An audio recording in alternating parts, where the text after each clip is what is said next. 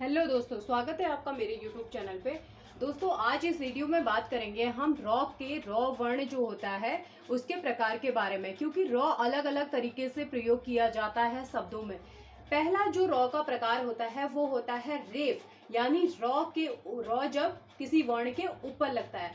इसमें पहले जानेंगे होता क्या है। शब्दों में इसका प्रयोग होते समय इसके उच्चारण के बाद आने वाले वर्ण की अंतिम मात्रा के ऊपर इसका प्रयोग होता है, यानी जिस वर्ण के बाद इसका उच्चारण होगा उस वर्ण पर ये रॉ न लग के रॉ उच्चारण जब हो रहा है उसके बाद रॉ के बाद जिस वर्ण का उच्चारण हो रहा है तो उस वर्ण पर ये रॉ प्रयोग में लाया जाएगा, यानी लगेगा। जैसे हमने पर्व लिखा, पौ के बाद रॉ आया है, ये रॉ आया है तो ये रॉ पौ पर नहीं आएगा, यानी रॉ के बाद जो वर्ण आया यानी वो वर्ण आया तो वो के ऊपर लगेगा। पर्व, जुर्माना, गर्मी, स्वर। अब ये क्या होता है, ये वाला रॉ जो होता है स्वर रहित होता है, यानी स्वर के बिना होता है, इसमें स्वर नहीं होता है। जैसे पौ, पर्व का हमने लिखा प हलंत के साथ योग, अ योग, र हलंत के साथ स्वर रहित, योग व हलंत के साथ योग अ। तो इस तरह से हमारा पर्व बना, जिसमें हमारे 5 वर्ण प्रयोग में लाए गए।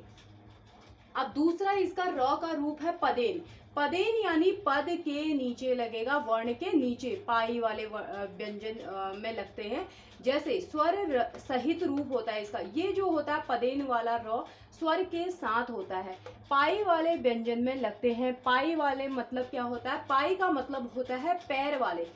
जिन क ख ग, इनमें क्या होती है, पूरी एक लाइन होती है नीचे को, इनमें खड़ी रेखा होती है। जिन भी वर्णों में खड़ी रेखा होगी इन्हें पाई वर्ण कहते हैं, जिनमें नीचे से रॉ लगेगा ऐसे एक क्रॉस में, स्लैशिंग लाइन जैसे आप बोलते हैं। फिर उसके बाद टॉ डॉ जो बिना पाई वाले वर्ण होते हैं, इनको गोल वर्ण भी कहा जाता है, इनमें लगता है ऐसे रॉ। अब जैसे हम इसे जानेंगे, हमने लिखा क्रम। क्रम बोला तो क में हमको स्वर कहीं पर भी नजर नहीं आ रहा है।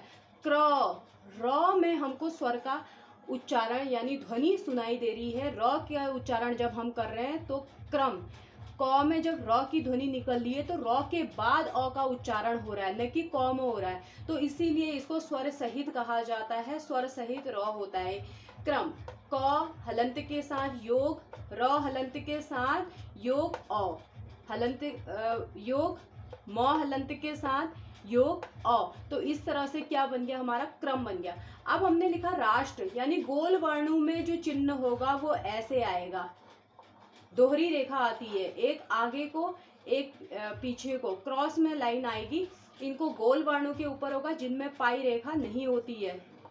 जैसे हम राष्ट्र को लिखेंगे र योग स्वर रहित र योग आ, योग स्वर रहित मूर्धन्य स, योग स्वर रहित ट, योग स्वर रहित र, योग अ।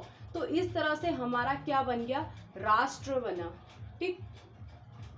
अब तीसरा जो रॉ का प्रकार होता है वो होता है रकार। रकार यानी स्वर सहित जो पूरा रॉ का प्रयोग हम करते हैं शब्दों में, तो वो उसको कहते हैं रकार। यानी रमन लिखा, र म न, यहाँ पर र जो हुआ पूरा आया, रा में र जो है पूरा यानी स्वर के साथ है, और इसमें रमन में भी र क्या है, स्वर के साथ। तो इस तरह से ये था हमारा रॉ वर्ण के प्रकार, जिसमें रेफ, पदेन, रकार। पदेन और रकार जो होते हैं स्वर सहित होते हैं, लेकिन रेफ जो होता है वो स्वर रहित होता है। आशा करती हूँ आप लोगों को ये वीडियो मेरी समझ में आई होगी। धन्यवाद।